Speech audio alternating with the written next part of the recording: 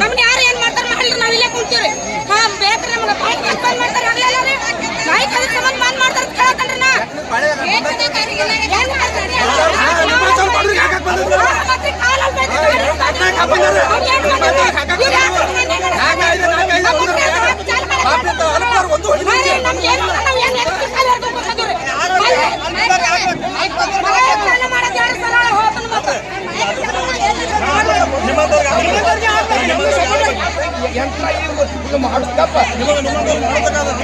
ನಮಗೊಂದ್ ಗಾಡಿನೂ ಬಂದಿಲ್ರಿ, ಪುರ್ಸಭೆ ನಿಂದ್ರಿ ಏನ್ರಿ ಮನಿನೂ ಇಲ್ರಿ, ನಮಗ್ ಮನೆ ಕಿತ್ತು ಹೋಗದಾರ್ರಿ.